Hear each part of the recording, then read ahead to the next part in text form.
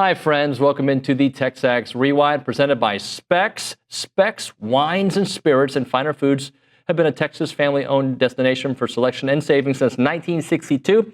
It's your one-stop shop with literally thousands of wines, spirits, and beers at everyday lower prices.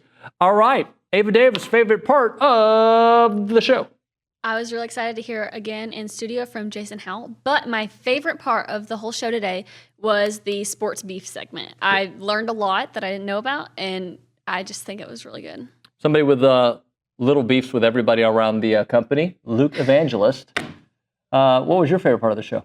My favorite part of the show was probably John Harris. He was phenomenal, as always. And then I'd also probably give it to Jonathan Hutton. He was great. Two Johns. They were both great. I never thought this show would become Caitlin Clark, Angel Reese, but it worked. It wouldn't have worked with OB. OB would have stormed out, but it worked with Hutton. Would you agree? Yeah, it did work. It was refreshing. You know, I love basketball, but hopefully our audience liked that too. Yeah. What else is on the Rewind? Those are the four people. We hit them all. Hit them all. What was your favorite part of the Rewind? Me. I liked myself. I was actually really good today. It's the Rewind, except where Luke had me talking about track and field and, plant. What was the other word? Plant Anchor. And what? Plant and anchor. Pole vault. All right, that and more. It's the Rewind. Check it. You say you went to the buckyball tryouts, but there's no video or physical evidence of you being there. But you're saying you went. Yeah, I was there, David. Can anybody back this claim up? Yes, actually, if you'll just look right behind you, you will see that I was there, and that is from Bucky McMillan's Twitter. Oh, he is there. You're not dressed out the hoop. He posted that picture on his social media. From the walk-on tryouts, and I'm there. And if you maybe need to zoom in a little bit, I'm not the only TexAgs person there. If you'll look ahead to the screen, Matthew Dawson was at the tryouts as well, and he was the ball. Let me look for Dawson. He's got to be down here. Not that one. He was a great trying out as the ball, but wait, that ball's too tall. There I am with Coach Bucky McMillan. I got a question for you. Tryouts. A couple questions for you. Is that how you hoop? You wear a sweater and long pants and joggers to try out for basketball?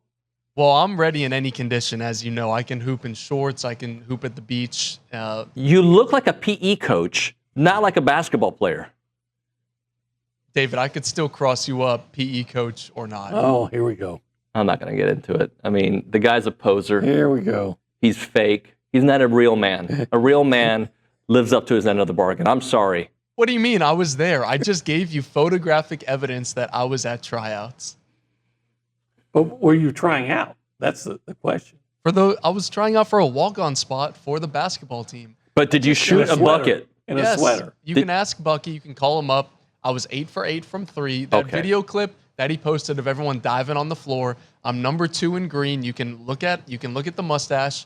It's an identifiable feature. I'm calling BS on 8 for 8. I'm calling BS on that. I'm calling BS for doing anything. Nobody wears, first off, it's not 40 degrees outside. Why are you wearing what my mom wears to the mall?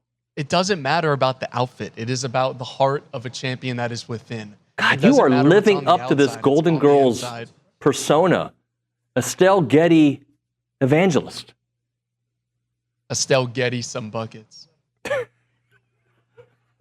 Johnny, we did this segment on the best sports beefs in the last segment, and Brady Belichick, Kobe Shaq, MJ versus everybody, Isaiah, Jerry Reinsdorf. We did a bunch of these. Nancy Kerrigan, Tanya Harding. But as I was leaving the last segment, I wanted to bring up one that you saw, that I saw pretty close to you, on the field. Andre Johnson and Cortland Finnegan. You remember that beef? Because it wasn't just that day, but that day it's where it all kind of became, they even had a war of words afterward. It was ridiculous. I think Cortland even tweeted about it once. I'm sure he did. I've talked to Dre about it. That was 2010, so I was still a few years from getting on the sidelines, but we've talked to Dre about this often. And it's funny because Nolan Ryan doesn't like to talk about when he beat the hell out of I said Jesse Ventura, Robin Ventura. He doesn't like to really talk about that all that much. Dre doesn't love to talk about the Cortland Finnegan thing, but when he gets going on the topic and on the subject, it's kind of funny to listen to because he's got all the details. And it's one of those things where the quietest people that end up being in some cases the most dangerous because they're locking away. They're clocking all that information and they're just letting it's just sitting in the brain and stewing. And that was what happened with Dre. It had been sitting and stewing for a while. And Cortland Finnegan hit that last nerve and it was like, bam, that was it. Ball game. And Andre Johnson from Miami is not a guy you would trifle with, but yeah, that was a feud for a while, a lot longer than just the fisticuffs that happened when Finnegan turtled on the field.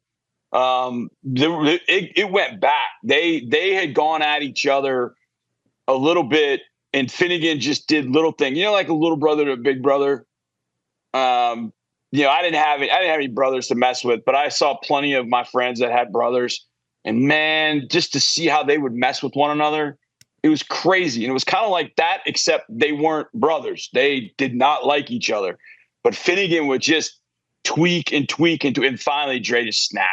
Let's move on to this topic. I'm going to ask you something about the House settlement, but from a different perspective, because I think our audience is sick of talking about it. Hey, is this a step forward? Let's take a look at it from a coach's point of view. Do you think coaches are embracing this change? And I think the other part of the question is, and already planning how they can move around in some of these loopholes that they'll find. Well, do you want to know my thoughts? Just briefly, I'll keep it brief. Sure. I don't think this is going to work for college football or college sports. I'm pessimistic about this because who's representing the players in this? And that's the whole basis of antitrust laws. The clearinghouse is going to determine what is fair market value. To me, I'm going to see. I envision lawsuits saying if the car dealership wants to pay me $1 million to come out and do autograph signs, that's fair market value for me because someone's willing to pay me that. That's going to be the argument. And man, coaches love it because they're going to continue to get high buyouts because they're going to have the money. They're going to have the money now. I think the coaches love it from the agent perspective. And the loopholes are always going to be there because of the state laws. This whole loyalty pledge, whatever. It comes down to a loyalty pledge. That's not, is that a legal document? You're going to kick Tennessee out of the SEC for not signing the loyalty pledge? I compared it to like an abstinence pledge whenever you're in, fifth grade, sixth grade. You sign it, but I'm not sure how many people followed it because you want to say, be with one person for the rest of your life. And they're preaching that from the sex ed course. It's state law versus conferences. And each state is going to pony up and change laws left and right just so their team can win. It's nuts. I'm looking at this note from your article on yesterday. It says 18 official visitors this past weekend, 6 commitments, 1 addition over the weekend, 2 tanks, 11 different states, 5 Texas prospects, every single position group represented. So overall, they had it all covered. Yeah, they had a lot there, and there's another little stat in there about tubing and karaoke and tomahawk steaks, and man, they had a lot of fun. I've heard stories. I think it's the adult karaoke night that may be the winner. Yeah, the kids go off and the parents go and have dinner and karaoke, and it sounds like a blast. How does his approach, now that we've seen it for over a year, talking about Coach Elko's approach with the recruiting and how everything, how does it compare to years past? Maybe different regimes. Like it's an extension of all, but maybe a little cleaned up. I'll be honest. I think a lot of it, it all goes back to relationships and just trying to build something fun, have everybody have a relaxed, good time. And I think even Jimbo, you had that. He tried to foster that. You had the pool party barbecue and all that stuff that he kind of carried over. And I think Elko's kind of using a lot of that. Now, he's got his own tactics and his ways of going about it. But it's about getting people having fun. Yeah. And then that can lead to some really good positive discussions that are about business, that are about. And when I talk about business, I mean, just like here's what A&M has to offer from, where we see you fitting into the football team, to what the academics at, all that stuff. But you got to have a good mix, and I think Elko does a great job of blending the two. Luke, tell the people what to do, but I want you to do it in a brawny voice. All right, now hold on. I accidentally switched the camera on Ava, so let me just tell you. All right, Coach Early has been sending me on the recruiting trail. I've been doing a lot of work for Coach Early, trying to get him work in the portal. And if you need to find me, you can find me in the TexAgs lobby. I'll be out there chatting it up. I'm the lobby lizard. And when I'm not lobby lizarding, I'll be out on the show hosting Mondays through Fridays, 8 to 11, whenever David's not here. So, gig 'em and go Cowboys. That might have been your best moment on air. And you don't have a lot of good ones, but that was really good, Luke. Good job. Thanks for trying out for the basketball team. Oh, that's right, you didn't. We'll see you tomorrow.